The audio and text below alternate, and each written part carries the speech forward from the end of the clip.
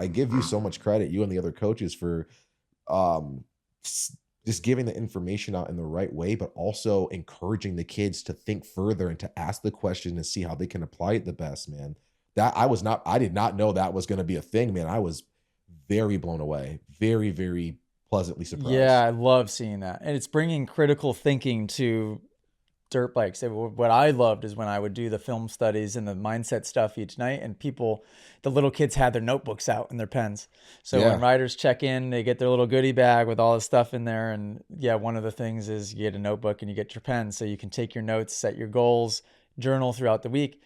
We're just about to publish Moto Academy Gratitude Journal. So for the next camp, which takes place, I think we've got one in January, but I think we're going to schedule one end of December. Mhm. We'll have gratitude journals ready for then, which will be cool. Take it to the next level. But watching the little kids sitting there jotting down notes, I'm Yes. like, man, this is what it's all about. Oh, Yeah, it was because so you could cool. tell they were really, really into it. One of the parents gave me a compliment, and I loved the way that he described it, because this is what I try and strive for. He goes, "This is the most holistic training experience of a camp that we've ever experienced." And I was like, wow, thank you. And that's Yeah. exactly what I'm trying to strive for. Holistic, right? It's not just trying to make you better on a dirt bike. We're trying to make you just level up as a human being in general. And when that happens, that bleeds through to every single thing that you do, including on the dirt bike, Yeah. right?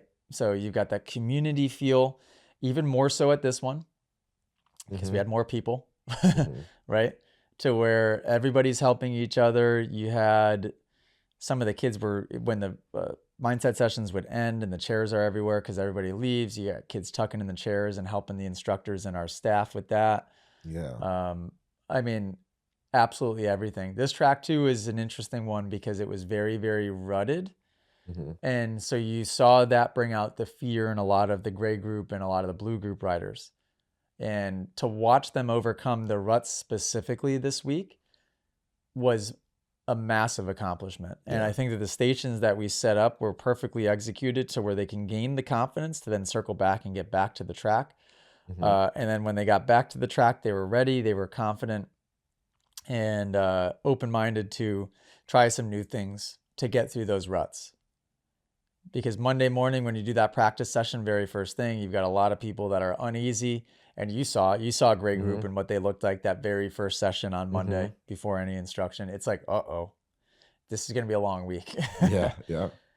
Yeah, but most of it is just because they don't believe in themselves and they don't have a plan of attack to get through the ruts. So Yes. yeah, ruts in specific were one thing that were like a giant, giant topic of conversation Mm. uh, this week, physically and mentally how to attack them as well. And jumps, because this track had a Yeah. bunch of big jumps, Bunch of big and jumps. there was a Yeah. lot of them that were in people's heads. And uh, we had, so like the big step up, for example, the amount of Mm. people that we got over the big step up this week Was was great. absurd. It was so Oh, great. And you know what's cool, safely too, man? by the way. It wasn't like, Yeah, no, for you can do sure. it. You can do it. It was very Yeah. calculated, but we probably got Yes.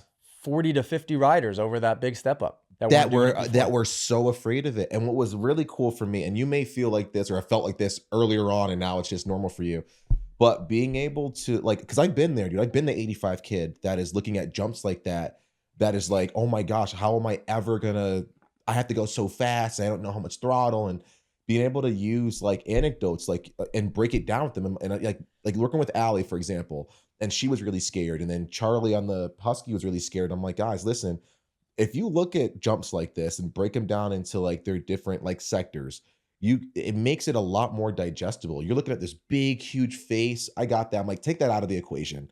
Look at just the tip of the takeoff to the tip of the landing. How big would you say that is? And they're like, oh, probably like 25, 30 feet. I'm like, exactly. I'm like, you guys have done those jumps, right? I'm like, there's a couple of here that you're doing that you're not even thinking about. Mm. And most of the speed that you need to do that jump that's where scaring you, that's just to get up the dang hill. That's all you're doing is just going fast to get up the hill, but the 20 to 30-foot jump, you guys are doing that no problem. And you're not even going that high because it's a step up. You're look at how low to the or how close to the ground AJ's wheels are when he does it. You know, AJ barely has time to even make an adjustment on his handlebar because it jumps over so quick, you know? So That's a bringing it, great way to put it, because that jump yeah, specifically, the intimidation factor was just the the face. scale of the lead up to the face. Exactly. And I That was had able to, I'm nothing to like, do with the actual jump. and I just went through that at Cycle Ranch, dude. Cycle Ranch has that's like 3 times that size. And I'm sitting there going, nope. I just got this brand new Achilles. I ain't doing that. But then I'm like, if I look at it, I'm like, oh, tip to tip, dude. David, you coast over jumps like that coming into corners. Yeah. I'm like, you probably Yeah. just need a crap ton of speed around this sweeper to get up that big hill, you know, on this big 450 with your big butt, you know? So like being able to use these anecdotes and like level with them and be like, oh yeah, I had that same problem at 85. Let me show you what I do for starts to lock in, you know, and it's just stuff like that, man. It just really was so cool to be able to help them get to that point. And again, credit to the coaches because you guys gave them the tools and the know-how and the and stuff like that. But being able just to be like a fraction of a of help to you guys, that was a really cool aspect, man, to be able to like use that knowledge that I had or like that shared experience to kind of give them my 2 cents, you know. And If you guys enjoyed that podcast clip, you can listen to full episodes on Apple Music and Spotify. And make sure, if you haven't already, join our community inside of the Moto Academy app. Go to themotoacademy.com today. I'll see you guys inside the community.